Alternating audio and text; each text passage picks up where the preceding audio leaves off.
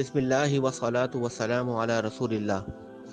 شب برات تقسیم امور کی رات بھی کہلاتی ہے، جیسا کہ اللہ رب العزت نے سورۃ الدخان کی آیت نمبر 1 تا 5 میں ارشاد فرمایا، اعوذ باللہ من الشیطان الرجیم، بسم اللہ الرحمن الرحیم، حامیم والکتاب المبین، انا انزلناہ فی لیلۃ مبارکۃ انا کنا منذرین فیہا یفرق کل امر حکیم امرا من عندنا۔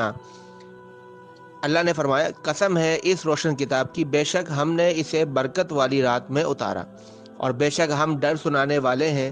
اس میں بانٹ دیا جاتا ہے ہر حکمت والا کام اللہ رب العزت کی جناب سے۔ تمام مفسرین نے اس بارے میں بحث فرمائی ہے کہ ان آیات کے اندر جس لیلہ مبارکہ کا ذکر ہے اس سے مراد کون سی رات ہے، اور اکثر مفسرین نے اس کے بارے میں لکھا ہے کہ یہ شب براءت کی رات ہے۔ ان آیات کی تفاسیر میں حضرت اکرمہ اور دیگر مفسرین نے یہی بیان کیا ہے کہ لیلہ مبارکہ سے 15 شعبان کی رات مراد ہے۔ اس رات میں زندہ رہنے والے، فوت ہو جانے والے، حج کرنے والے سب کے ناموں کی فہرست تیار کی جاتی ہے، اور جس کی تعمیل میں ذرا بھی کمی بیشی نہیں کی جاتی۔ ان روایات کو حضرت ابن جریر، ابن منذر اور ابن ابی حاتم نے بھی لکھا ہے۔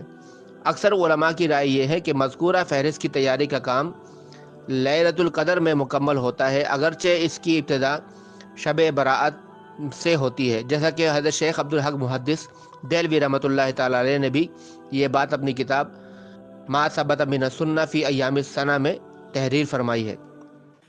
اور تفسیر قرطبی میں علامہ قرطبی مالکی رحمۃ اللہ تعالی علیہ فرماتے ہیں کہ ایک قول یہ ہے کہ ان امور کے لوح محفوظ سے نقل کرنے کا آغاز شب براءت سے ہوتا ہے اور اختتام لیلۃ القدر میں ہوتا ہے۔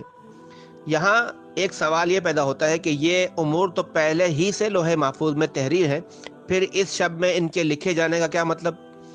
تو اس کا جواب مفسرین نے یہی ارشاد فرمایا ہے کہ یہ امور بلا شبہ لوح محفوظ میں اللہ رب العزت کے علم اللہ سابق کے تحت تحریر شدہ ہیں، لیکن اس شب میں مذکورہ امور کی فہرست لوح محفوظ سے نقل کر کے ان فرشتوں کے سپرد کر دی جاتی ہے جن کے ذمے یہ امور اللہ نے فرمائے ہوتے ہیں۔ مشکات المصابیح کی ایک روایت میں اس کی طرف اشارہ ملتا ہے۔ ام المؤمنین حضرت عائشہ صدیقہ رضی اللہ تعالی عنہا نے فرمایا کہ رسول اکرم صلی اللہ علیہ وسلم نے فرمایا، کیا تم جانتی ہو کہ شعبان کی 15ویں شب میں ہوتا کیا ہے؟ میں نے عرض کیا، یا رسول اللہ آپ